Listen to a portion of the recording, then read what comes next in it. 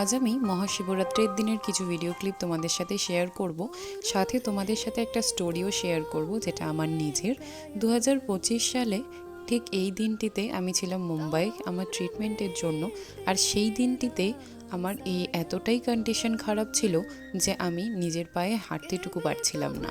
সত্যি কথা বলতে শিবরাত্রির ব্রত শুরু করা থেকে কোনোদিনও এমনটা যায়নি যে আমি কোনোবার সেই উপোসকে স্কিপ করে গিয়েছি। তবে হ্যাঁ, 2025-এর আমার কন্ডিশনটা এতটাই খারাপ ছিল যে আমাকে সেই উপোসটা স্কিপ করতে হয়। এমনকি এইবারও আমি সেরকমভাবে উপোসটাকে কমপ্লিটলি করে উঠতে পারিনি। ভেবেছিলাম শাড়ি পরবো, কিন্তু পরেছিলাম এই কুর্তিটা। দেখতেই পাচ্ছ, ভীষণ ইউনিক আর ভীষণই সুন্দর ব্লু কালারের, আবার ফ্লাওয়ার প্রিন্ট আছে তার মধ্যে। সাথে এই চুড়িগুলো পরেছিলাম, অনেক পুরনো এই চুড়ি, বাট আমার খুব ভালো লাগে। সাথে পরেছিলাম এই মন্দির ইয়াররিংগুলো। আর সাজগোজ বলতে বেসিক স্কিন কেয়ার আর লিপস্টিক পরেছিলাম। হ্যাঁ, আজ আমার ইচ্ছে ছিল যাতে একটুখানি কাজলও আমি পরি, সেই মতো আমি কাজলও পরে নিয়েছিলাম।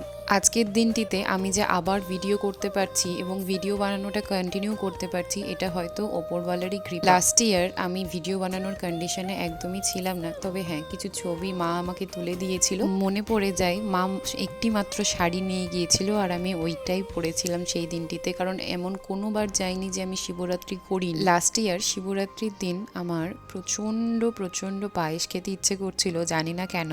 কিন্তু হ্যাঁ, যেহেতু এতটা দূরে আছি, কোনোভাবে পায়েস বানানোটা পসিবল ছিল না। তবে কি হয় জানো, বাবার মাথাতে জল ঢেলে আসার পরেই আমরা যেই রুমে ছিলাম সেখানে যে দিদিটা ছিল, সেই দিদিটা সেদিন পায়েস রান্না করেছিল এবং আমি তার বাড়িতে পৌঁছানো মাত্রই সে আমার সামনে এক বাটি পায়েস নিয়ে আসে। আগের বার যেহেতু হাঁটার কন্ডিশন ছিল না, তাই এবার ভেবেছিলাম আমি সব জায়গাতে গিয়ে যতটা পারবো ততটা জায়গাতে গিয়ে বাবার মাথাতে জল ঢেলে আসবো। সেই দিন খেয়েছিলাম সাবু। আর এটা আমার বাড়ি ফেরার সময়। টাটা, দেখা হচ্ছে নেক্সট ব্লগে।